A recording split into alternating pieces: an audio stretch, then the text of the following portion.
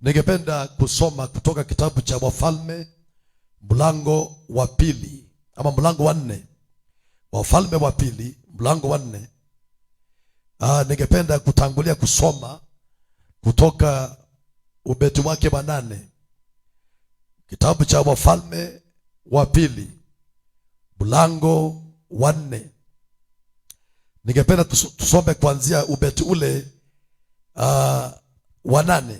Na Bwana akubariki mchana wa leo, popote ambapo ulipo, akutendee mema, akutendee yaliyo mazuri, akubariki, akuinue na afanye makusudi yake maishani mwako. Wafalme wa pili 4 ubeti wake ni wa 8. Inasema hivi. Hata ikawa siku moja Elisha alikwenda Shunemu, na huko kulikuwa na mwanamke mmoja mwenye cheo, naye akamshurutisha aje ale chakula. Ikawa kila alipopita njia ile huingia kula chakula. Beti wa 9, yule mwanamke akamwambia mumewe, tazama, mimi naona ya kuwa mtu huyu apitaye kwetu mara kwa mara ni mtu mtakatifu wa Mungu, na kuomba tumfanyie chumba kidogo ukutani, na ndani yake tumwekee kitanda na meza na kiti na kinara cha taa, na itakuwa atujiapo ataingia humo. Ikawa siku moja akafika huko, akaingia katika chumba kile akalala. Akamwambia Gehazi mtumishi wake, mwita yule Mshunami. Naye alipokwisha kuitwa, akasimama mbele zake. Bwana Yesu apewe sifa. Natumia haya maandiko kusema ujumbe huu kifupi: Yesu wa dhamana. Yesu wa dhamana. Yesu wetu ni wa dhamana. Huyu Yesu ambaye tunamhubiri kila wakati na kila mahali, tunamhubiri kwa sababu yeye ni wa dhamana. Yeye ni wa dhamana. Ni wa dhamana kwa njia gani? Ni wa dhamana kwa sababu ukimpata umepata mambo ya dhamana. Ukimpata umepokea udhamana. Ukimpata Yesu ni faida imekuja maishani mwako. Sio hasara, sio mzigo, lakini faida imekuja kwako. Haya maandiko yanatueleza hivyo. Huyu mwanamke Mshunami, maandiko yanasema she was a great woman, wakiwa katika mji wa Shunemu, na akawa anamuona mtumishi wa Mungu nabii Elisha akiwa anapita akielekea akipeleka habari njema ya ufalme wa Mungu.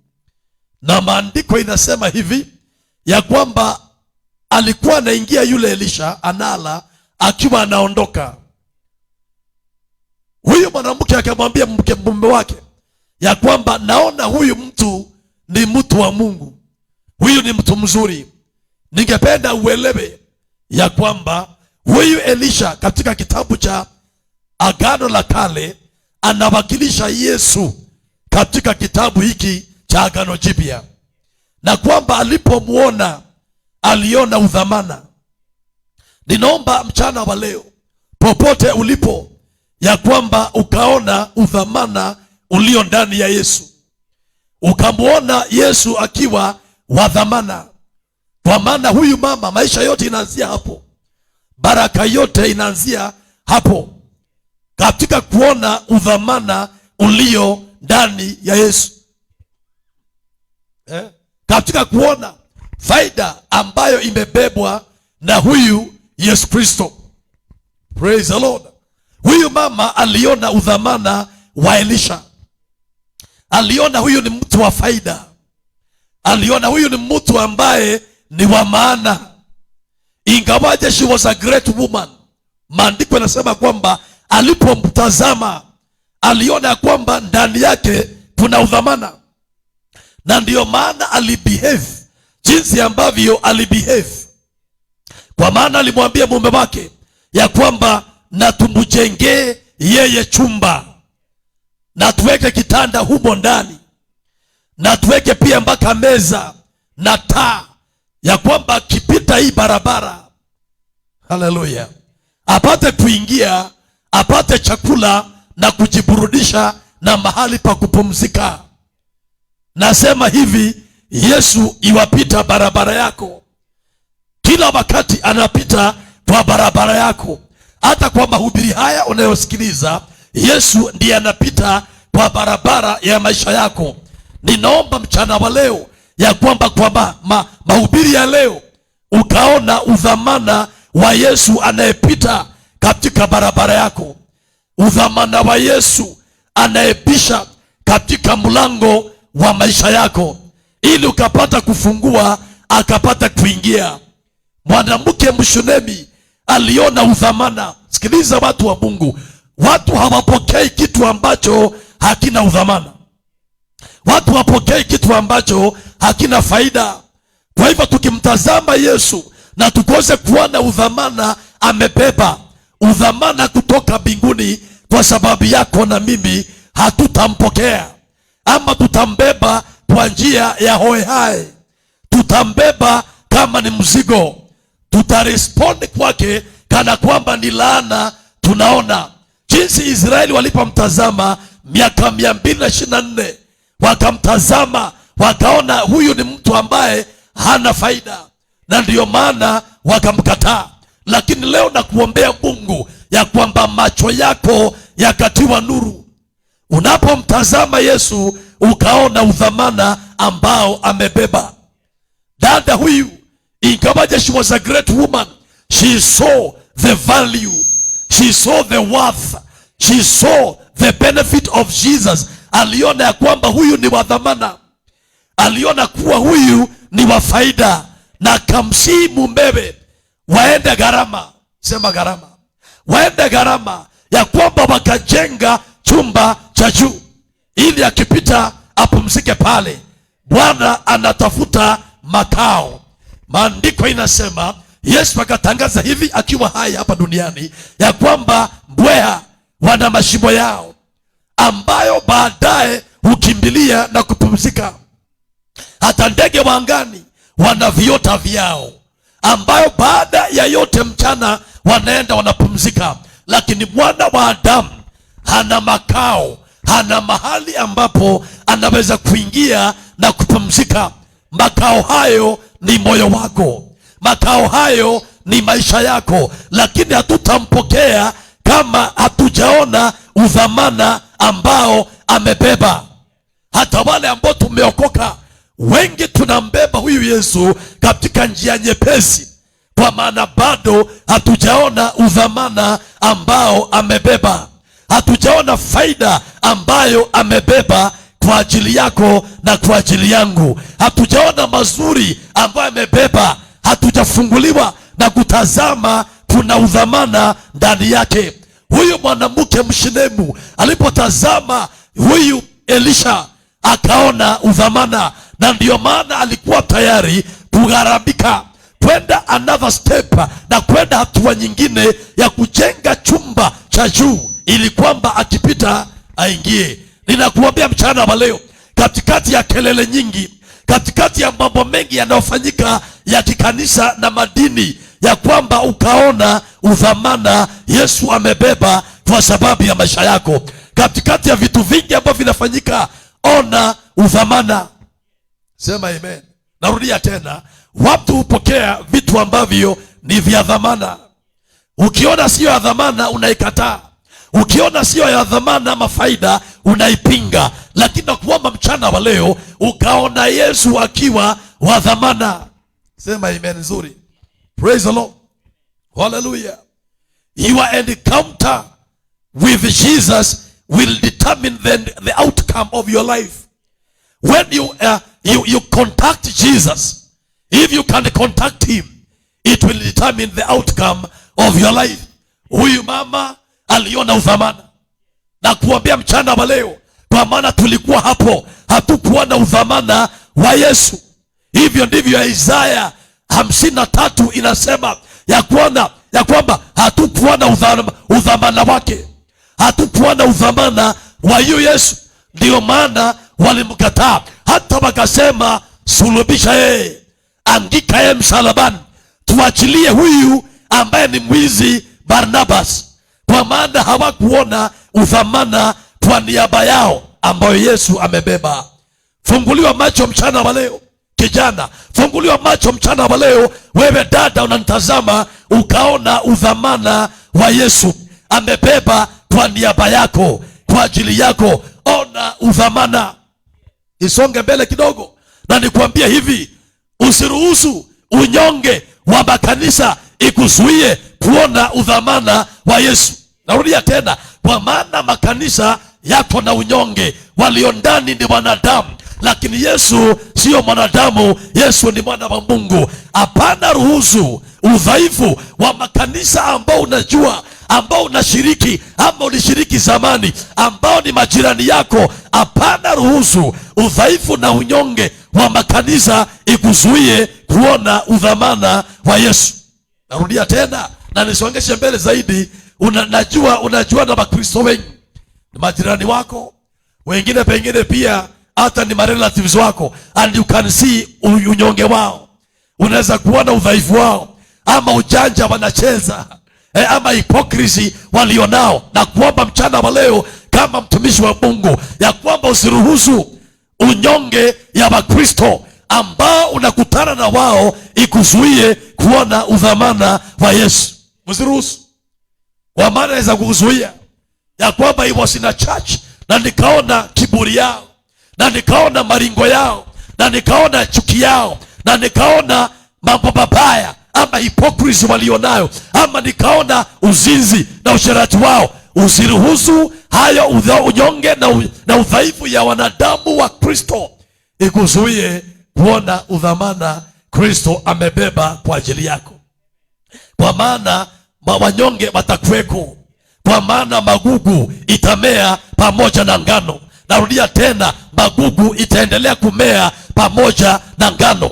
Hata wakati wa Yesu Judas Iskarioti alikuweko. Hapana ruhusu unyonge ya Wakristo ambao bado wanajifunza wokovu ikuzuie kuona udhamana ulio ndani ya Kristo.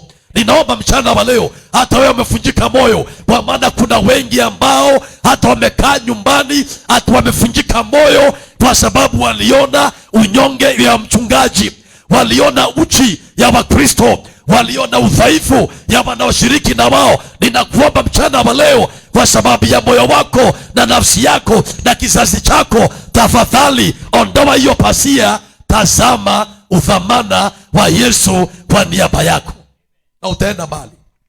Mtu aseme amen. Tunapoona udhamana wa Yesu, maisha yetu inabadilika. Udhamana wa Yesu, maandiko yasema hivi, sikiliza napoendelea.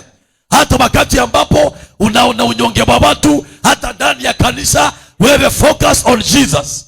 Nasema tena, focus on Jesus. Kwa maana kuna watu hata ndani yetu na miongoni mwetu, hata pengine mimi mwenyewe, ambao tumepungukiwa katika jambo fulani, lakini wewe mpendwa, focus on Jesus. He is the author and the finisher of your faith. Focus on Jesus.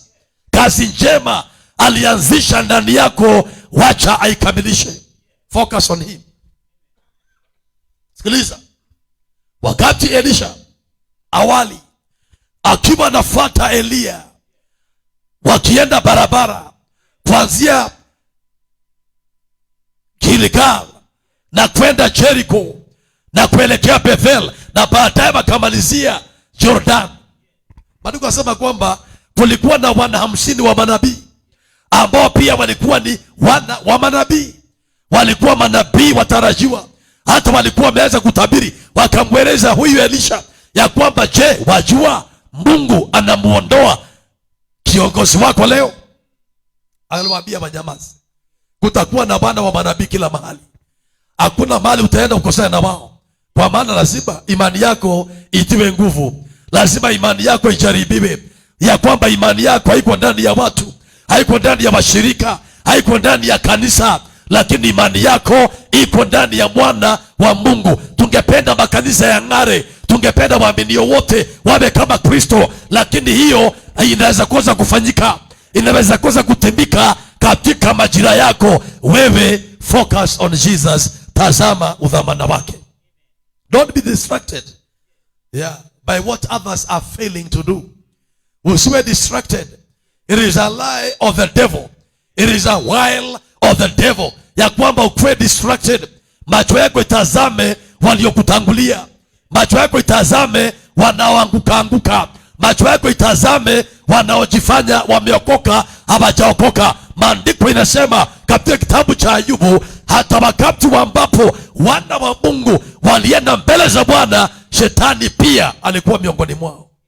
Don't be distracted and lose your praise.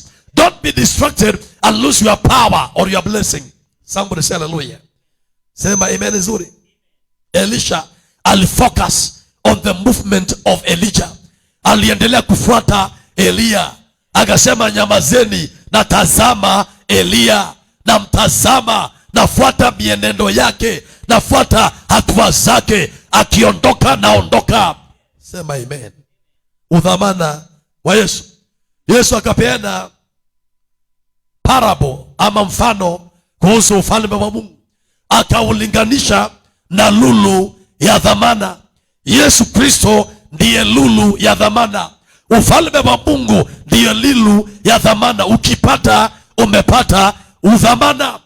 Huyu ndugu aliyeona lulu ya dhamana akahakikisha ya kwamba hii lulu ni ya dhamana. Maandiko inasema alirejea nyumbani, akaviuza vyote alivyokuwa navyo, apate kununua na kumiliki lulu hiyo ya dhamana. Macho yako ikifunguliwa na uone udhamana wa Yesu ambao analeta maishani mwako, hautaruhusu jambo lolote liwe kubwa ama ndogo likuzuie. Nothing big shall be impossible in your life. Wakati unaona udhamana, the potential of the power of the blessing and the glory of God ambayo inakuja kwako kwa sababu ya Yesu, kila kitu yote ingine inakuwa kama ni hasara. Hivyo ndivyo Paulo anavyosema katika kitabu hichi cha Wafilipi 3 ya kwamba nimehesabu mambo yote kuwa hasara. Amehesabu mambo yote kuwa hasara kwa sababu ya kumpata huyu Kristo wa dhamana. Yote akahesabu kuwa hasara kwa maana ametazama, akaona faida na udhamana ambao Yesu Kristo ataleta maishani mwake, akahesabu vitu vingine vyote kuwa kama hasara. Somebody say hallelujah. Naomba mchana wa leo funguliwa macho, tazama udhamana ambao Yesu amebeba. Tazama udhamana ambao Yesu anakuletea. Tazama udhamana ambaye Bwana wa Mungu analeta. Hallelujah. Ili ukaresponda positively. Useme amen nzuri. Ukaresponda na njia ya ajabu ya kwamba nimemuona Yesu wa dhamana. Somebody say hallelujah. Maandiko yanasema kuhusu huyu ndugu anaitwa Obed Edom. Obed Edom alikuwa ni Mgiti. Kitabu cha 2 Samuel, maandiko yanasema kwamba wakati Daudi alipokuwa anasafirisha sanduku la agano kutoka mji wa Kiriath Jearim katika maeneo ya Filisti, wanaubeba sanduku la agano wakiwa wanatumia mkokoteni. Uza na ndugu yake wakiwa wanaifuata. Maandiko inasema ikatingizika katika barabara. Ikawa kama inataka kuanguka. Uza akaishikilia na akafa hapo hapo, na safari ikakwama. Wakajiuliza, je, tutafanya nini? Hatujafika Jerusalem, hatujaenda mbali, hii sanduku tutaifanyia nini? Watu wengi walikataa, hakuna mtu alijitolea. Lakini Obed Agitite akawaambia, leteni hapa kwangu. Najua kwamba huyu kijana Obed alitazama, akaona hii sanduku ni ya dhamana. Hii ambayo ilikuwa imenyakuliwa na Wafilisti lazima ni ya dhamana. Hii ambayo Waisraeli walikuwa naichukua iwatangulie katika vita vyao wapate ushindi, ni ya dhamana. Yesu akiingia anakupigania vita. Nasema anakupigania vita, anakupigania vita. Obed-Edom akasema sanduku la agano liletwe hapa kwangu, na likaletwa. Aliona faida, aliona udhamana. Macho yake ya kiroho yaliona faida na udhamana ndani ya sanduku la agano. Na ndio maana kuambia mchana wa leo na kuombea sana, Mungu akafungua macho yako ya ndani ya kiroho, ukaona udhamana ulio ndani ya Yesu. Usione hasara, usione ni mzigo, usione ni kusumbuliwa, kwa maana wengi wanaona kana kwamba ni kusumbuliwa. Obed-Edom aliona ni faida. Obed-Edom alisema hii ni baraka. Obed-Edom akasema I have room in my compound, katika nyumba yangu nina nafasi, niletebe hii sanduku. Na maandiko yanasema kwa kipindi cha muda wa miezi mitatu Obed-Edom